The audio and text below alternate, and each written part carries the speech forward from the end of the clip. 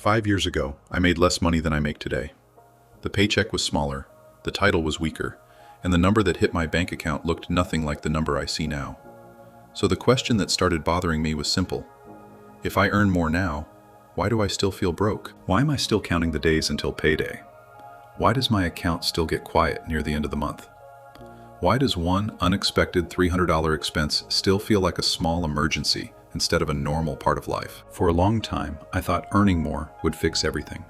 I thought a raise would finally give me room to breathe, that a better job would automatically create a better financial life. But slowly, I realized the money had changed, while my habits had not. That is the part nobody warned you about. Poverty does not always arrive like a disaster. Sometimes it arrives quietly through 1,000 tiny decisions you barely remember making. And every one of those decisions leaves a mark. Somewhere, there is a receipt with your name on it.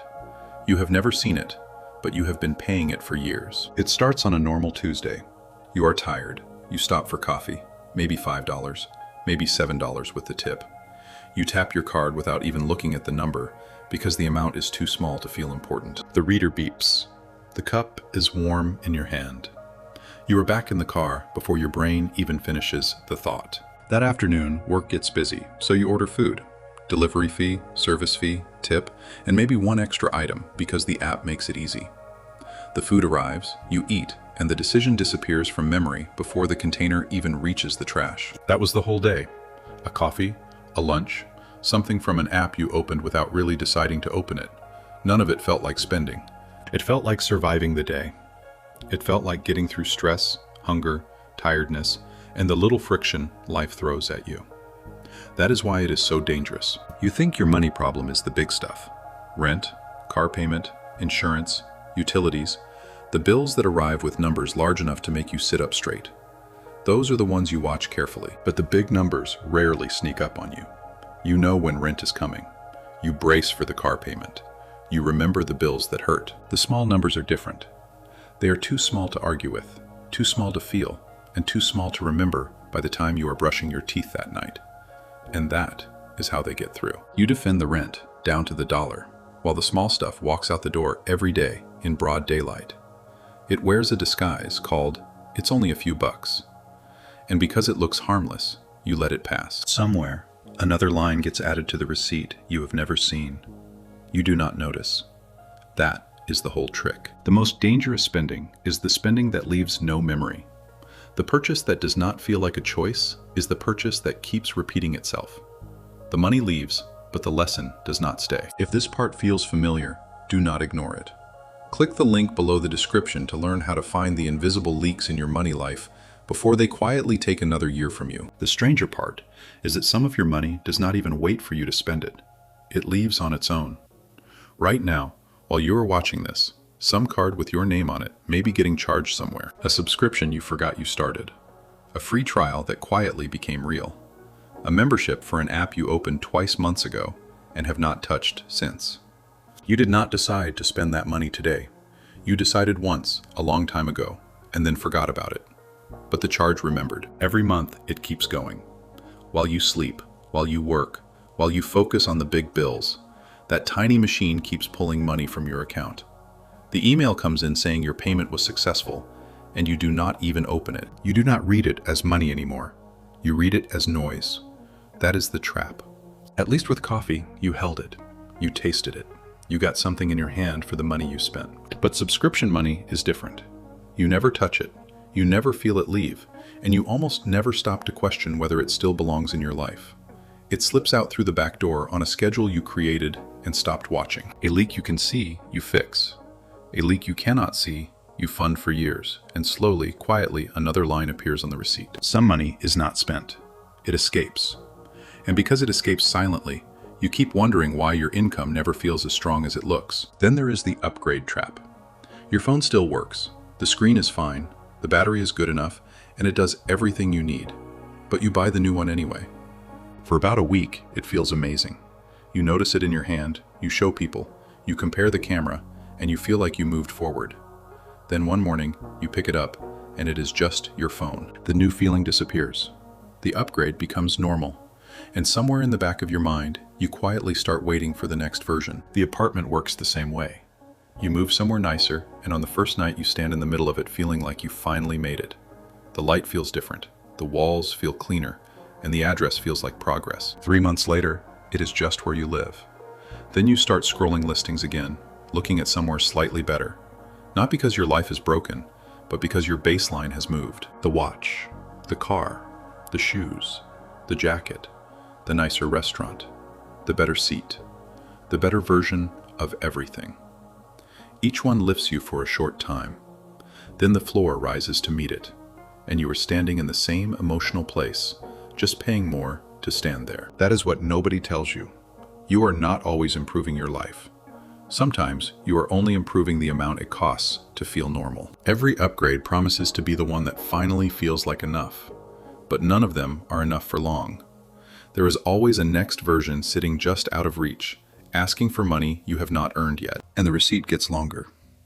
Not because your life became better in proportion to the money, but because your baseline became more expensive. Then, one day, the thing you have been waiting for finally happens. You get the raise. Maybe it is a promotion. Maybe it is a new job. Maybe you finally asked and they finally said yes. The number on the paycheck goes up enough to matter.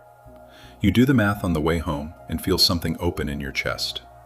For the first time in a long time, you exhale. You tell yourself life will be different now. And for about a month, it is. You stop flinching at the grocery total. You say yes to dinner without checking your account first. You upgrade a few things because you tell yourself you earned it. And the truth is, you did earn it. You take the trip you kept postponing. You breathe a little easier. You feel like this was what all the work was supposed to create. Then 4 months pass. Then 5. Then 6. One night you sit down to pay bills, open the account, and stop. The number at the bottom looks almost exactly like it did before the raise. Same pressure near the end of the month. Same quiet math, just with bigger numbers inside it now. You are making more than ever, and somehow you are standing in the same spot. So you scroll through the statements, looking for the one thing that stole it. But there is no one thing. No crisis, no disaster, no single purchase you can blame. Just a life that quietly expanded until it swallowed the raise whole. Nicer groceries, easier yeses, upgraded habits, slightly better everything. The whole lifestyle rose to meet the money the moment the money arrived. Nobody stole your raise. You handed it over, a little at a time, without noticing. And that is what makes it so painful. You did not fail in the obvious way. You succeeded. You did the thing people told you to do.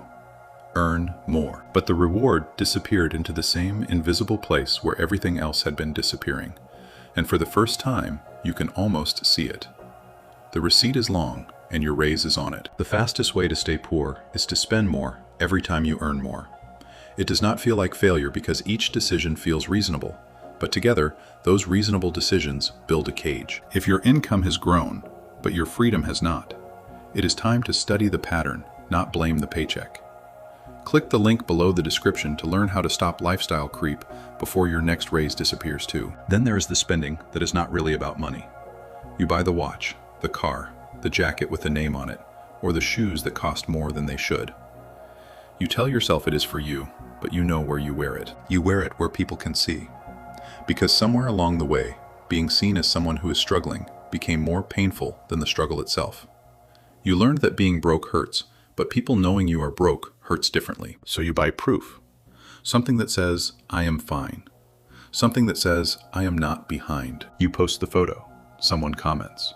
Someone from school says it looks good and asks what you do now. For 1 second, one real second, you feel like the person you are pretending to be. Then you put the phone down. The apartment is still the same apartment, and the account is still the same account. The watch sits on your wrist like a bill you will be paying for the next 11 months. And the version of you in the photo disappears the moment the screen goes dark. That is the part nobody wants to say out loud. You are not buying things. You are buying a version of yourself that does not exist yet. You are paying every month to look like someone you are afraid you may never become. And that fear is expensive. The fear of being seen as behind is often the thing keeping people behind. The money that could have helped you become that person quietly goes into pretending you already are. Another line goes on the receipt. This one has other people's eyes on it. It is not just spending, it is image protection. The people trying hardest to look rich are often the furthest from becoming rich. Because looking rich requires money to leave. Becoming rich requires money to stay, grow, and work quietly where nobody applauds it. Then comes the shortcut. It is late, and you are tired. Not sleepy tired, but the kind of tired that does not disappear on the weekend. You are lying in the dark with your phone in your hand. You see someone your age, someone who looks familiar enough to make the comparison hurt. They are standing beside something you cannot afford, explaining how they did it. The coin, the trades, the program, the system, the thing that finally worked. Something in you leans in. Not because you are stupid, because you are exhausted. You have been doing the slow, grinding version of life for years. You have tried working harder, earning more, cutting back, and somehow you still feel stuck. Then someone appears and tells you there is a door, a shortcut, a way around the part that has been crushing you, a way to skip the slow road and finally breathe. So you pay. The course, the signals group, the starter kit, the side hustle blueprint, the program that promises to change everything. For a little while, it works emotionally. You feel lighter. You feel like you found the way out. You feel like the grind finally has an ending, and maybe you are closer than you thought. But that feeling is what you actually bought. Not the course, not the coin, not the strategy. You bought relief. You bought a few days where you could believe the hard part was almost over. But relief has a cost. When you believe you found a shortcut, you often stop doing the slow thing. You stop doing the boring thing. You stop doing the thing that actually works but takes years you did not want to spend. The shortcut becomes the reason you abandon the only road that was ever going anywhere. You did not just waste money on a course. You spent money on permission to stop trying the hard way. And that permission is more dangerous than the price itself. The last line goes on to the receipt. It is full now. You are not buying a shortcut. You are buying the feeling that you found one. And that feeling can keep you exactly where you are. It gives you hope without structure. It gives you excitement without discipline. Eventually, you finally see the receipt. You brace for a number, but there is no number. Because the receipt was never only tracking money, it was tracking time. The vacation you kept saying you would take next year is on there. The emergency fund that was never built is on there. Every flat tire, every medical bill, every broken appliance that became a crisis instead of an inconvenience is on there. The house you might have owned by now is on there. The retirement that moved 1 year further away every year is on there too. The version of you that is not tired all the time is on that receipt. The version of you that does not panic at surprise expenses. The version of you that has options instead of only obligations. All of it is on the receipt, paid in full. And the coldest part is that there was no big mistake. No single villain, no dramatic collapse, no one moment you can point to and blame. Just 1,000 small purchases, each one too small to notice, each one too small to mourn. You did not get robbed. You got nickel and dimed out of the life you were supposed to build. And the hardest truth is that you signed for every line. Then it is Tuesday again. You are tired again. You stop for coffee again. Maybe $5, maybe $7 with the tip. You reach for the card. The reader is waiting. Same morning, same cup, same hand you have used 1,000 times without watching it move. But this time, your thumb stops. Just for 1 second before the tap. Not because you suddenly became a different person. You do not put the coffee back. You buy it. You were probably always going to buy it. But something is different now. You saw the line being written. You felt the pin. That is all that changed. Not the coffee, not the card, not even the decision. Only the fact that now you can see it. And once you see the receipt, you cannot fully unsee it. The invisible becomes visible. The harmless becomes measurable. That does not mean you stop living. It does not mean you never buy coffee, never order food, never upgrade anything, or never enjoy your money. That is not the point. The point is to stop sleepwalking. To know when you are choosing comfort and when comfort is choosing for you. To know when money is serving your life and when your life is quietly serving your spending. The receipt is still running. It always will be. Every day write something down. But now you have a choice. You can keep letting invisible decisions write your future for you, or you can start reading the receipt while there is still time to change the next line. Click the link below the description to learn how to take control of your spending, protect your future, and stop paying for a life that does not actually make you free. The things keeping you poor were never always expensive. Many of them were small. Many of them were ordinary. The real danger was that they were invisible.